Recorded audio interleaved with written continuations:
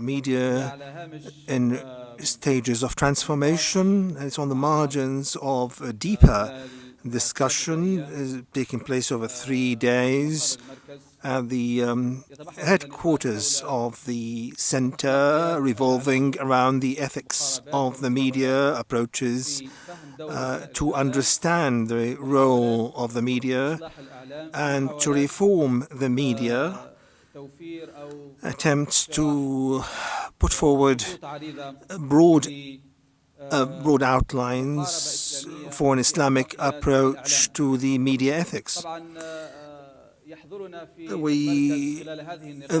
This center, during those discussions for 2 days, we are joined by a group of eminent academics and also of scholars specialized in Sharia law, and a number as well of experienced journalists working in the various media. The viewpoints expressed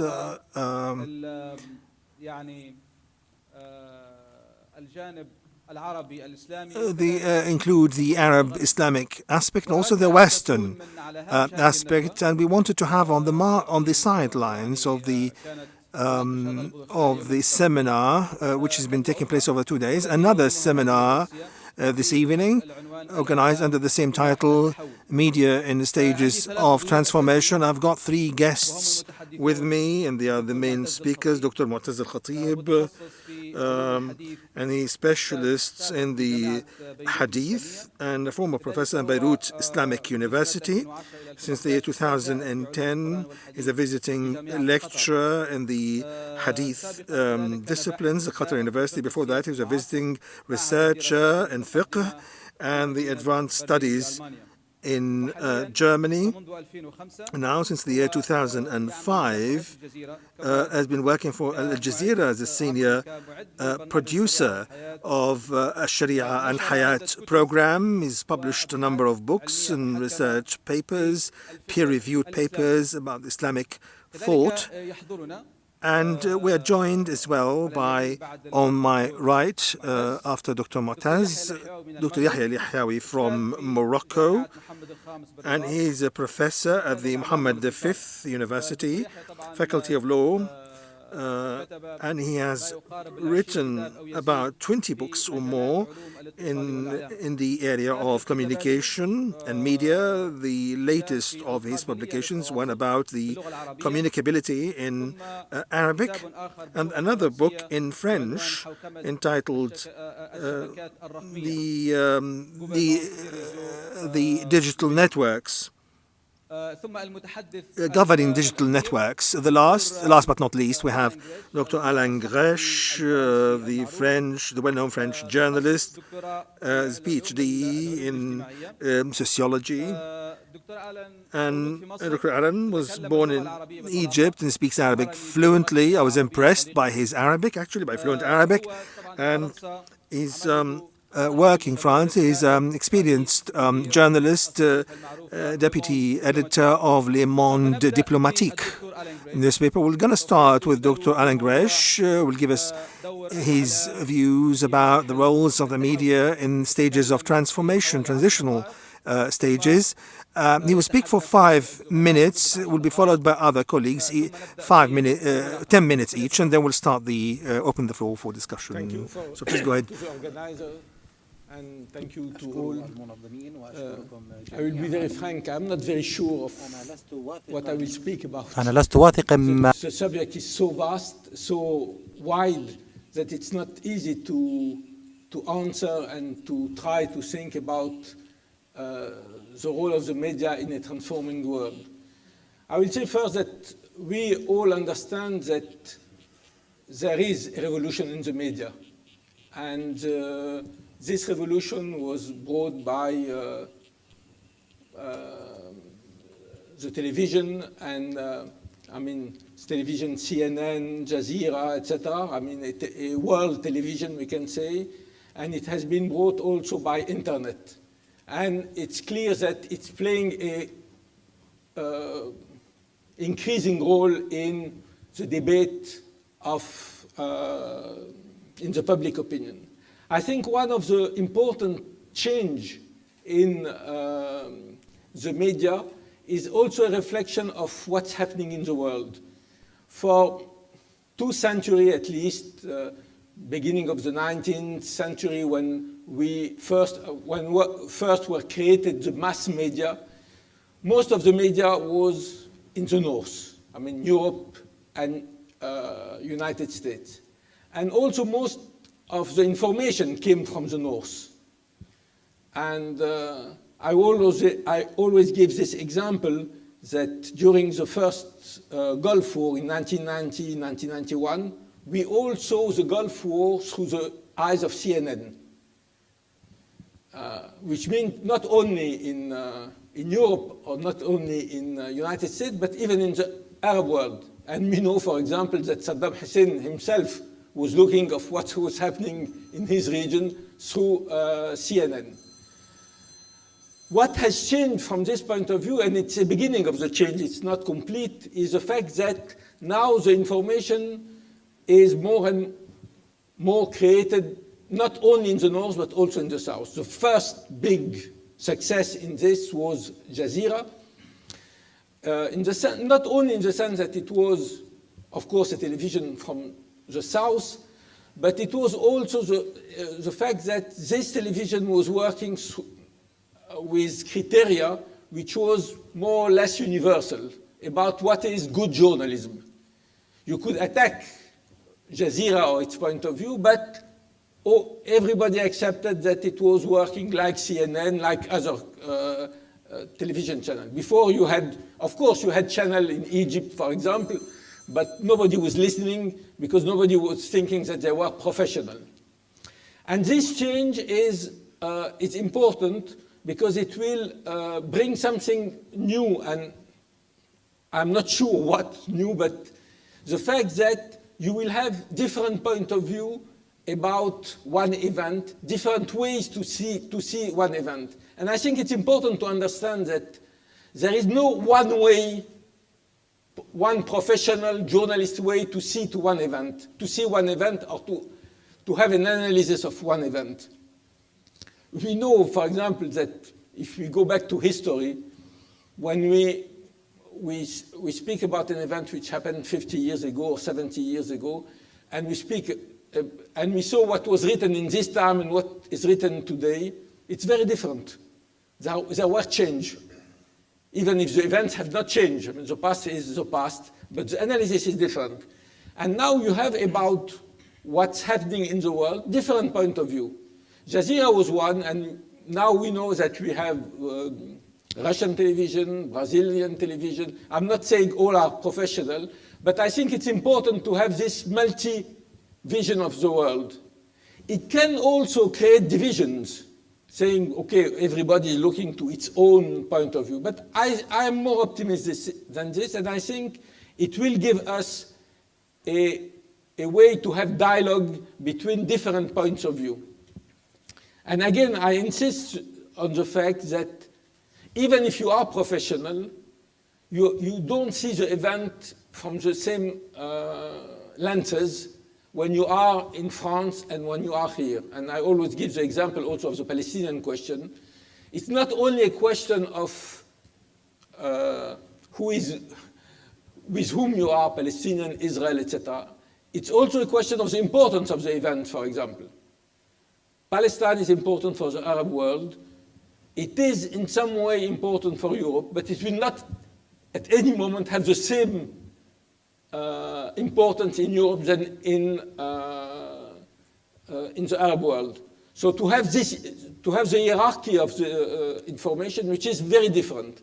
And if you are someday interested and you are in a hotel with international channel, look at the international channels of Jazeera, CNN, Brazilian, Russian, and you will see the difference of point of view, which can create a debate and which can be in some way productive. I just want to make another remark about ethics of the media and what we want the media to be. Of course, there are many points of view, but from my point of view as a journalist, as working for more than 25 years in Le Monde diplomatique, I think we think of ourselves as a journal of what we call counter-information, contre-information,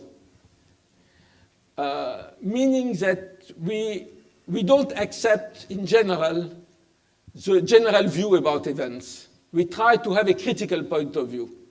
I always say when in France you have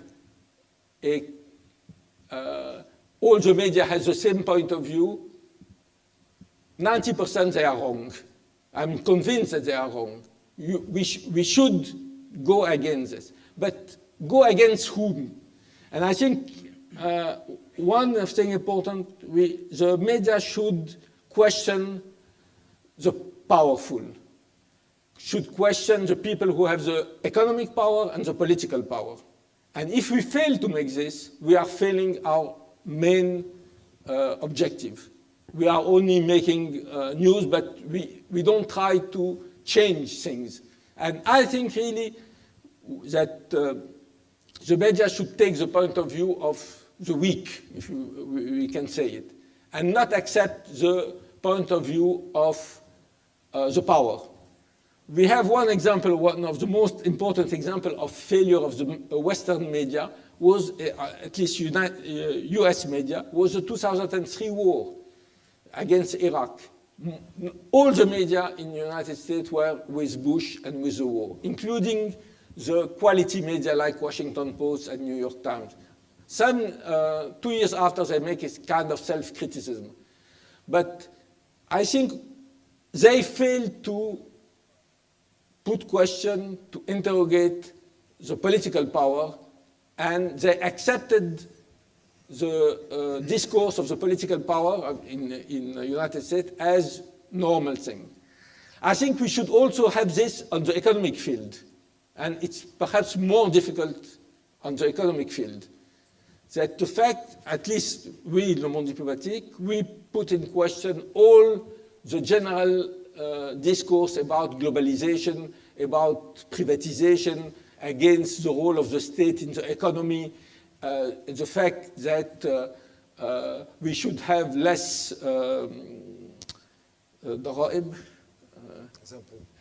English, taxes, less taxes, etc., etc.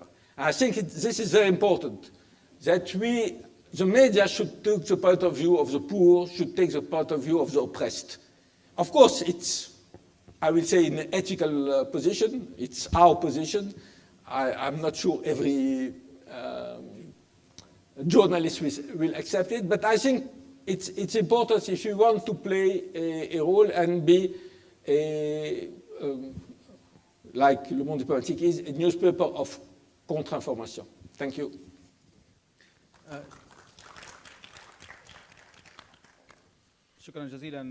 Thank you very much, Alain. Of course, we'll leave some space for discussion after every intervention from the speakers. I move on now to Dr. Yahya El Yahyaoui, the ethics and media in a transforming world, the stages of transformation. And this actual title makes me wonder about two angles: the ethics of the media from on the one hand, and also the stages of transformation. The transformation, perhaps we could look at from several angles or aspects, and overall it shows that there are some fluctuations or undulations in a certain time, that there is a transition from one direction to another, apart from the nature of this change, whether it's positive or otherwise. From that point of view, it would seem to me that the media today, and this is the aspect that I'm interested in relation to the term transformation. There's a transformation the media is going through, and it's required at the same time to catch up with it. So it's subject to transformation, is going through it, fundamental change, and it's required at the same time to keep up with the political, economic, and cultural transformations that have been taking place over a year or two.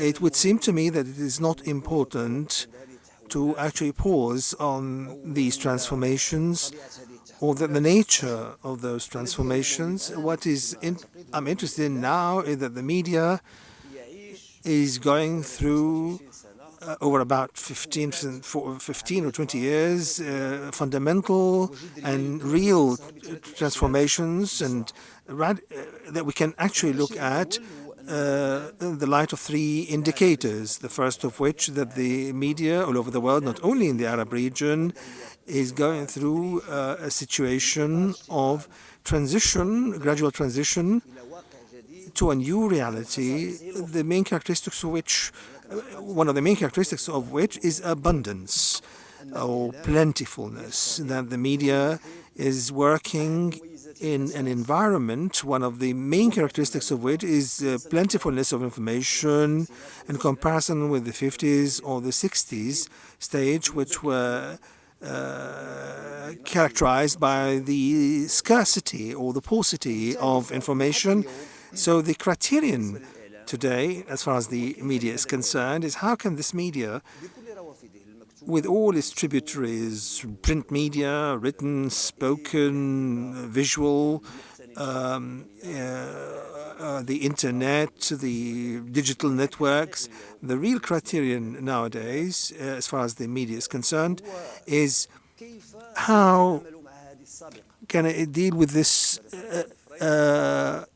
the new situation, this unprecedented state of plentifulness.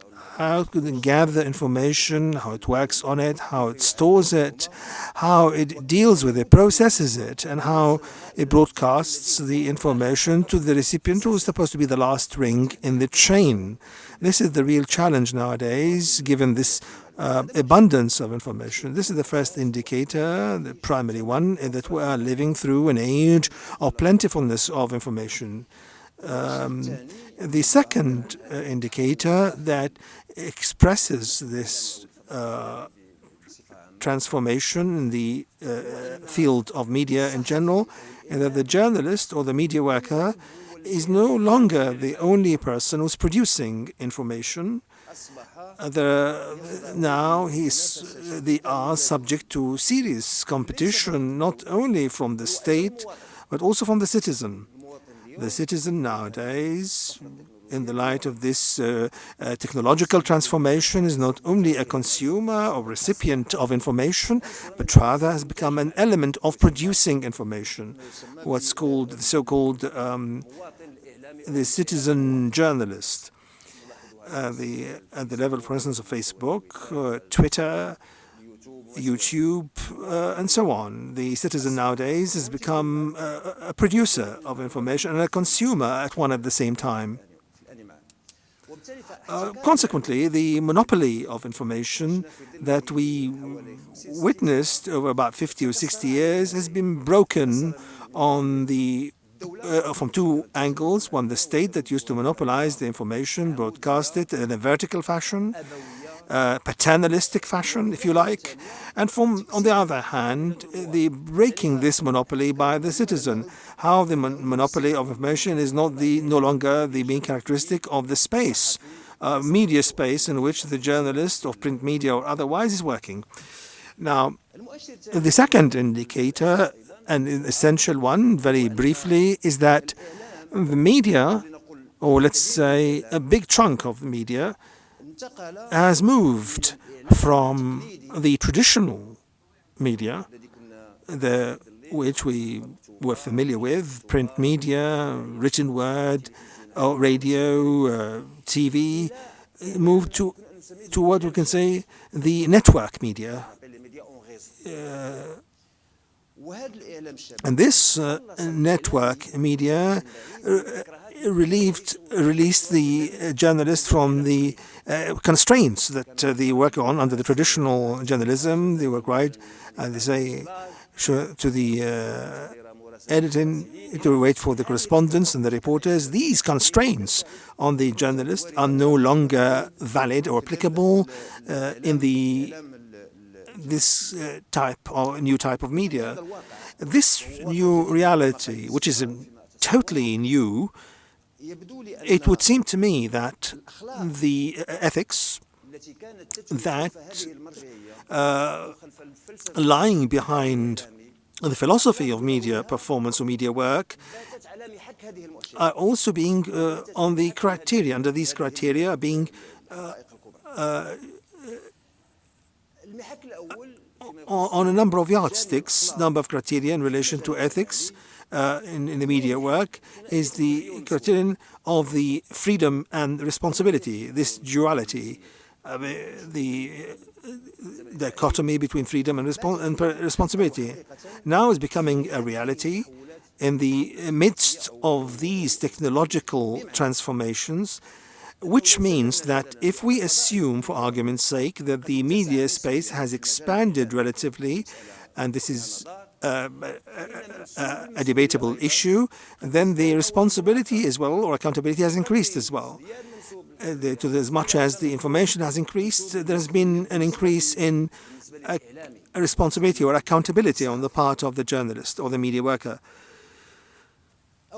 First of all, there is the issue of verification of information, and this has become now as a compressing one, and there's no way to escape it. The journalist is now required to verify, in the midst of all this huge quantity of information, to verify more information and to actually establish the facts more than before, and all the elements in the news story.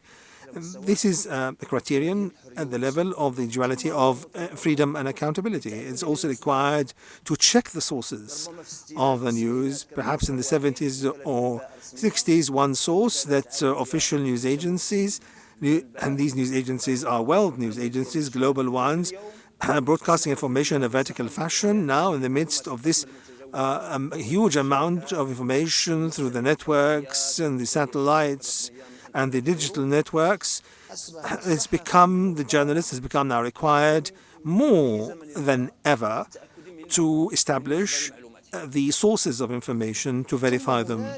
Then there is the issue that the journalists, given all those major facts, now required more than ever to adhere to the principle of impartiality, since actually the news is sacred and it's free commentary is available. The news story is sacred, has become a part and parcel, integral part of the daily work, day-to-day work of the journalist.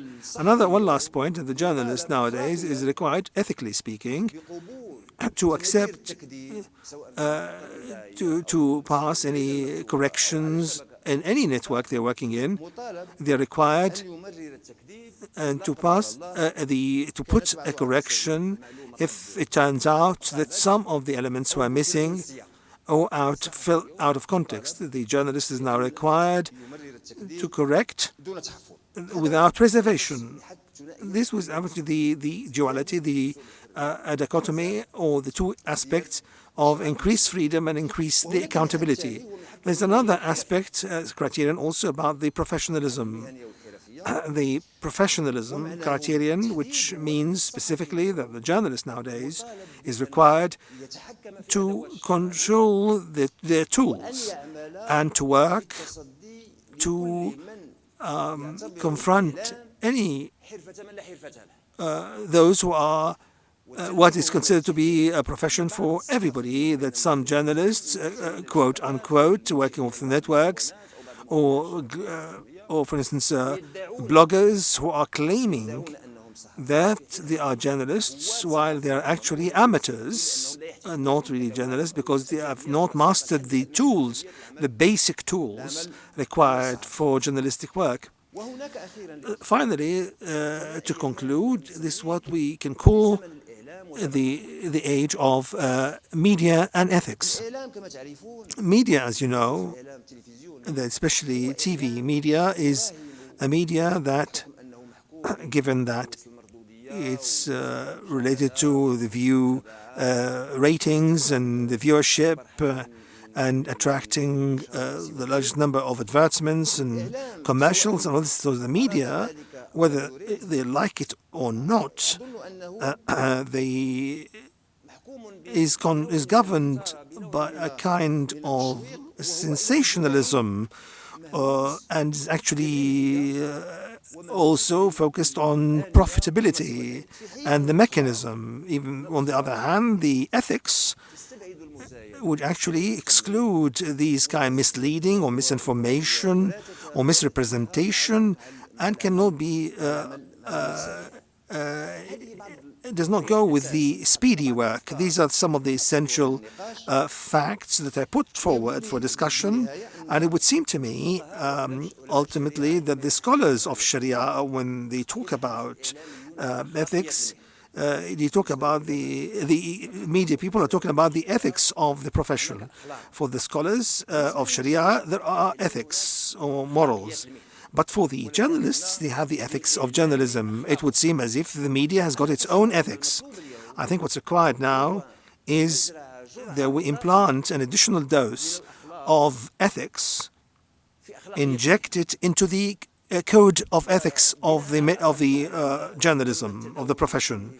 And given the information that's been circulated and been discussed in the seminar over the past 2 days, it would seem to me that some of Islamic morals should be implanted, should be incorporated, or be used to become part and parcel of the ethics of journalism. And this is my viewpoint. Thank you very much, Dr. Yahya. And I move on now to Dr. Motaz Al Khateeb. So the floor is yours. In the name of God, the Beneficent and the Merciful. I think that it's important to pause a little at the title of this seminar. It's good that they talk about the ethics of media and not the moral media or ethical media, because the two expressions would refer us to two different concepts, which are different to a large extent. We're talking about the ethics of media. We're talking about a branch of applied ethics, which has been referred to by Dr. Yahya, the ethics of the media. Therefore, usually the journalists are actually skeptical, and they actually evade the term moral media, because moral media usually refers to a host of things. The expression or the term moral media, the first one is the absolute nature of ethics, and the area of media, we talk about the relativity of applications. To be more precise, in the media we have applications and not a single application. The second thing is that we're talking about the ethics of media would actually refers to the relativity of application, and also relates to a host of issues to do with the moral clarity. What is right and what's wrong? Who decides? What are the criteria for identifying good and evil, or right or wrong? And this is usually evaded by journalists, because it's not possible to reach an agreement in the media work on the open space of journalism in various contexts of the media. It's impossible to talk about an ethical frame of reference that's very clear in applications. This is what we mentioned. That's why they prefer to use the term ethics of the profession. And the ethics of the profession, thinking about it, started in 1926 for the first time, in an attempt to have a number of ethics or morals that control the profession of journalism for the editors of newspapers at the time. And that was the ethics of the media or the journalism at the time. It was an endeavor to control, actually, this deviation, not in the moral sense necessarily, but to control these transgressions or breaches in the profession. And the word perversion or deviation would take me to the other title of the word of the title, which is transformation. Transformation can be looked at from two levels. First of which, we can look at the transformation at the cognitive level, and these transformation in terms of the changes taking place in a certain field or a certain context. This is a natural thing, and I think that we should deal with it seriously, the changes that take place and their impact and effects and their analysis. However, what I'm skeptical about, really, and apprehensive about when using transformation in different contexts, not necessarily in the media, is that it could have the connotation of the identity. Some people use the concept of transformation in an attempt to defend or resist any change or to preserve the identity. And this is closely linked to preserving identity, is closely linked to a certain implied meaning of deviation or changes or mutations that they are worried about their identity that is threatened by those changes. But here, I'd like to talk about the cognitive level and not the level of identity, because I think that the identity is not a stationary one. Identities are dynamic and changing. Therefore, identities are changing in the detail. They don't have to undergo complete transformation, but they are subject, they are changing identities, and they have the fates as well. They change at the level of the cognitive level rather than the identity level. I want to refer to an important point here, and this sense of deviation is not a new one. That is, those who always talk, or those who are preoccupied with the identity, they usually fall in an illusion that the changes, transformations are happening for the first time, that the identities are threatened. This deviation or transformation is a human phenomenon, has been always taking place in history, started and will continue. The deviation is various forms and not necessarily a value-oriented deviation. Deviation could happen or changes within the profession, within the different sciences. Ibn Khaldun says that the sciences are like industries, and in each one industry needs profession. Historically, sometimes at one point I actually followed how the scholars of the hadith looked at their ages and their profession, the discipline of the hadith at different stages. So I found that in every stage, every century, 4th century, 5th century or 6th century, I found texts which are similar to one. Every scholar is saying that there is a corruption all over the place and there is no escape from it except through the help can only come from God. So these actual deviations even happen in the various disciplines.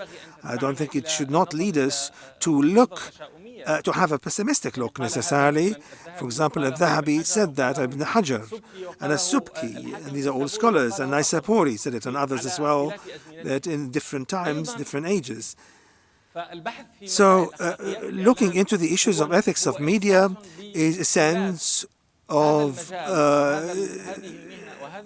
loose, or perhaps the loose controls, lack of controls. When you look at these ethics of this one, is an attempt to control this element and to control it perfectly. When we talk about the media at the time of transformation, we talking about the media. The media is a cultural act in the first place, and what applies to any cultural act. So media cannot be intact, cannot be valid within a corrupt society. And it's not possible for society to be intact and for the media to be corrupt necessarily. So the media is a product of a certain sociological context. So we can read societies from using the mirror, the media as a mirror that reflects parts of the reality.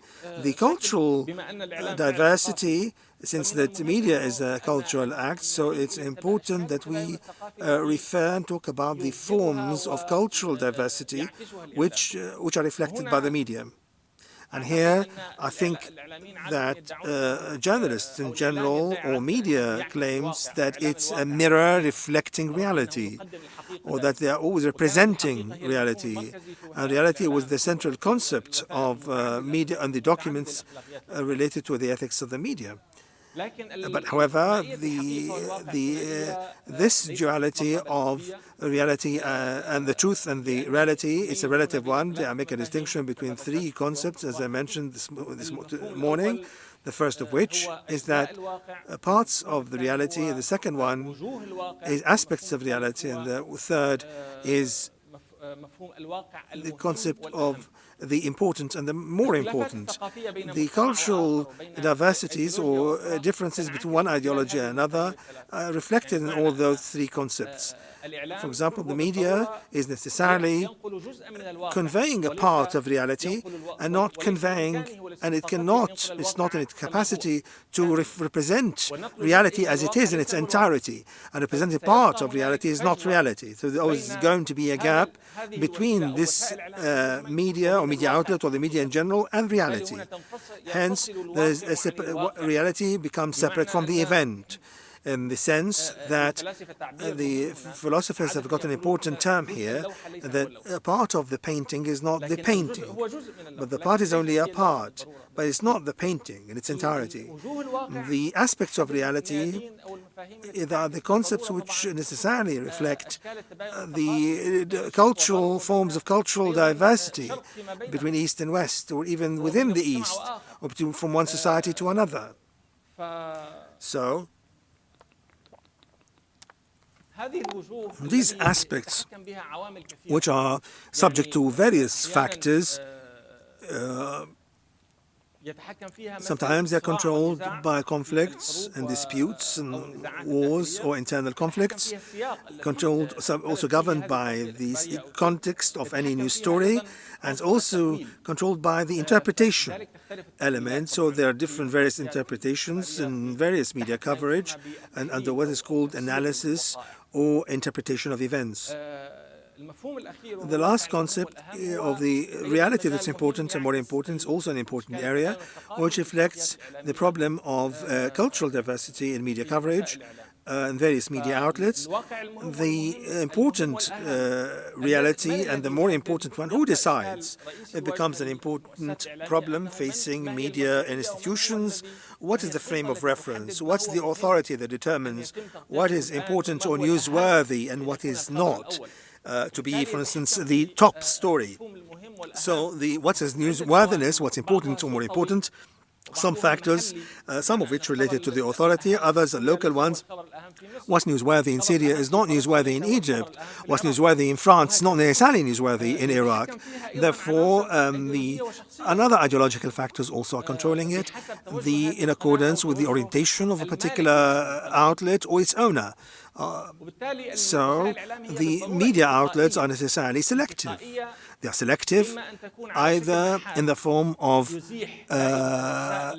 removing the parts that they consider removing them. It would be better for, like a sculptor, to remove certain parts. You think it would be better to remove them, or maybe blow up and exaggerate certain aspects, sometimes grotesquely or sometimes satirically. The last point that I want to talk about when talking about in the context of the forms of cultural diversity in stages of transformation is that the cultural diversity or cultural differences does not include issues of newsworthiness. What's important, the glossary of concepts and terms, we cannot agree. There is going to be a difference depending on the intellectual and ideological conflicts in the use of a particular glossary of terms in this channel or another, in East or West. There is still always the concept of terrorism is well known, a coup, a revolution, for instance, all these terms. The rebellion, insurgency, all these terms are controlled by controlled or determined by some authorities, powers, some of which political, others are cultural. The cultural variation or differences in relation to the terms and concepts is also fundamentally related is fundamentally related to the hierarchy of values, differences in the hierarchy of values which could be representative of different cultural backgrounds, such as the cartoons, the abusive cartoons, which show that some people actually attach greater importance to the freedom of expression, while others attach greater importance to the sacred beliefs. So this cannot be resolved. This difference cannot be resolved because the different cultural frames of reference are different. Who's got the priority in this is respect of beliefs or freedom of expression. Here, there are different viewpoints and also differences in values which attributed to political interests and political orientations. Therefore, when I read what's happening in Egypt, for instance, now, deeply as a difference, a variation in values. What we call the coup, overthrowing an elected government, regardless of the position of the government, actually ouster of a democratically elected president through undemocratic means is a breach of certain values or difference in values between those who are exalting the value of democracy and others who have another value, think of it as more important. The last point I conclude with is that the problem before us as to how, of course, Alain Gresh proposed the idea of pluralistic media, considering it to be the way out, the solution as an alternative to ethical media. I personally think that the media we cannot recover the pluralistic media as a value, and it's not going to solve the problem because pluralism in media will remain for objective reasons. The open space, for instance, which cannot be controlled or limited because of the development of the technological tools which cannot be controlled, which are cannot be controlled because of the intellectual and ideological conflicts and the conflict of interest which will remain. So there are objective factors which ensure the continuation of pluralism in media. But perhaps one authority can withhold it, but cannot withhold it from the general space, public space. I suggest that we can talk about the media of the public interest, of the general interest, which can be supported by the heritage of fiqh, the tradition of fiqh, which can control for us what are the general interests which serve this particular nation or community or group, or the human interests as well in general. And I'm not going to take any more time. I think this will take a long time to discuss it. Thank you very much.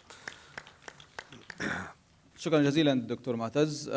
سوف أخذ بضع دقائق لكي أتفاعل مع الزملاء هنا في المنصة لطرح مجموعة من الأسئلة وبسرعة قبل أن أمر إلى جمهور الحاضرين الكرام. سأبدأ بالدكتور ألين جريش وسأوجه السؤال له باللغة الإنجليزية. Dr. Alain, you spoke about the Monde diplomatique as a newspaper of counter-information. I was really very interested in the concept itself, because this is a kind of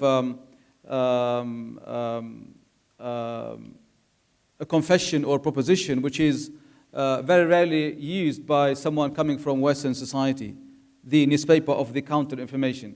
I understand from this that you are countering a wave or a kind of a sea of disinformation within the Western society. I think the same way when we talk, for instance, about let's say the Guardian newspaper in the UK. I would categorize you as a broadsheet, a serious journalism newspaper, which is very much different from, for instance, all the tabloid newspapers that are flooding the streets of London, for instance. I'm interested to know about your conception of the issue of, for instance, of ethics.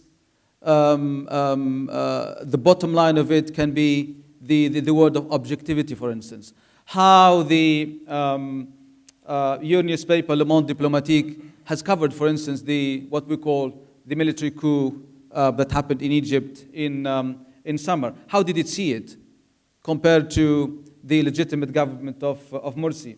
How does it see the kind of the issue of ethics within its editorial policy when there is change of whether political change or social change or whatever change, be it inside France or outside the country itself. تفضل. Yes, of course. First, we are a monthly, and we are not a model for all media information. We are not a daily newspaper, we are not television, so we choose to try not to cover all the subject and all the what's happening in the world, but to say first that information, I spoke about the hierarchy of information. The hierarchy of information is what we decide is the hierarchy. We refuse to abide to the hierarchy of information, which is in French media at least. And we think some day it's important. For example, last number in our front pages, we have something a reportage about Amazon. The way people, Amazon is this big company, and there was a guy who went in Germany and who worked for 2 or 3 months inside the company, and he's very critical of this company. We think this is information. So there is this question of hierarchy of information. The question, we cannot compare to the tabloid, because first in France you don't have tabloid. I mean, you have the daily newspaper or the weekly newspaper are more or less quality newspaper. But even we found ourselves counter-information against this kind of this quality press, because we think that this quality press is not covering enough. It's, in general, for example, it's completely pro-globalization, pro-neoliberalism, and we are against. So we don't, we are not in, we don't agree with this. On the question of objectivity, it is very important. And I will say that I have many difficulties to answer what is objectivity. What is the point of view you adopt about one event? When I was editor-in-chief and I discussed with journalists who wrote for us, I will always tell them, the newspaper is defending some point of view, from Palestine to neoliberalism, etc. And we will not accept in the newspaper other point of view. We are a journalist of one point of view. We don't pretend. That's also what, for me, it's important, pluralism. I'm not saying pluralism in each media itself. We have a point of view, we defend them. But also, we are very keen that I told the guy who is writing, please, what is important is somebody who disagrees completely with your point of view, will read the article and say, okay, I learned something about events, about facts, about, even if I don't agree with the point, your point of view. So the question of objectivity, it's very difficult because everybody, I mean, journalists, we say we are objective. And it's not true. We are not objective. Not because we want to transform the reality, but because, first of all, we analyze the reality with our personal history and the history of our society. I spoke about Palestine. It's clear that the way we see Palestine, even for me who is supporting the Palestinian people, is not exactly the way some journalists in the Arab world will speak about Palestine. It's not the same. We don't have the same background. We don't see the history in the same way. So I will not defend objectivity as a kind of general principle. The question about what's happening in Egypt is very important. Our position was, to be very frank, in general, the press in France was not very sympathetic with the coup d'etat. At least, let's say, the written press. I mean, Le Monde, Libération, and even if this press is very, very strongly against the Muslim Brotherhood, in general, they are not sympathetic with the army. And this, and everybody spoke about coup d'etat in France. The problem is, it was a coup d'etat, technically speaking. I mean, you cannot say something else. But is a coup d'etat by principle something wrong? I give an example, which is not in 1974, when the army took power in Portugal, it was positive. But of course, the Portuguese government was not elected. But I can imagine a situation where the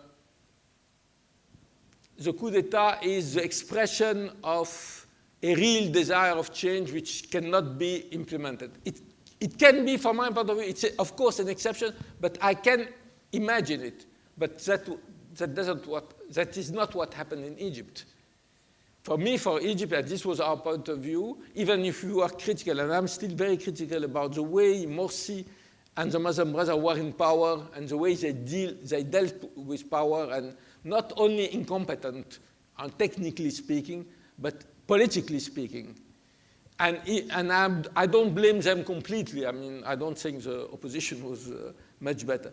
But even if we criticize this, from the beginning I wrote that there was a part of manipulation in the 30 of June demonstration. It was fantastic demonstration. It was not 70 million people, it was not 30 million people, but it was from the biggest demonstration Egypt knew since the 25th of January. But it's not only the question of how large was the demonstration. It is also who was manipulating this demonstration. For me, it was very clear that the old regime or the deep state has helped to organize this demonstration. It was very strange, not very strange, but that the fact that the number 17 million was given by the interior minister. I have never seen in any country the Minister of the Interior saying, oh, there are many people demonstrating, it's good. And the image of the demonstration was given by the army. And I think from the beginning there was a manipulation, and that in part Tabarrud was manipulated, etc. It doesn't mean that all was manipulation. I think there was really, really an opposition to the Muslim Brothers for reason we can discuss and we can argue about it. So this was our position.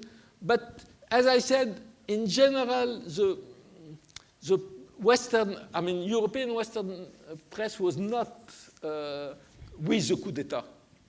But there is another option, which, I mean, there is another trend which in the media go against this, is the question of Islam. I will not develop here, but this is a very important question, the question of Islamophobia in our society, and especially the relation of Islamophobia with the Muslim Brothers as a political force. Our point of view, as we are more or less, you understood, leftist and secular, etc., is the fact that the Muslim Brothers are a part of the society. In Egypt, in Tunis, etc. You will not build democracy if you exclude a part of your society. Not only you exclude, you say they are not Egyptians, meaning if you say this and you implement it like it is in Egypt, you will have dictatorship. So our position is there must be a kind of consensus in Egypt, in Tunis, to build a common political society. And one of the problems from my point of view of the Arab society is to accept pluralism. There are secular trends, there are Muslim trends, and inside the secular trends there are different trends, and inside the Muslim, the Islamist trend, you have different trends, and we should refuse the idea that it's a struggle between secular and Islamist. It is much more complicated. Thank you very much. شكرا جزيلا دكتور ألان.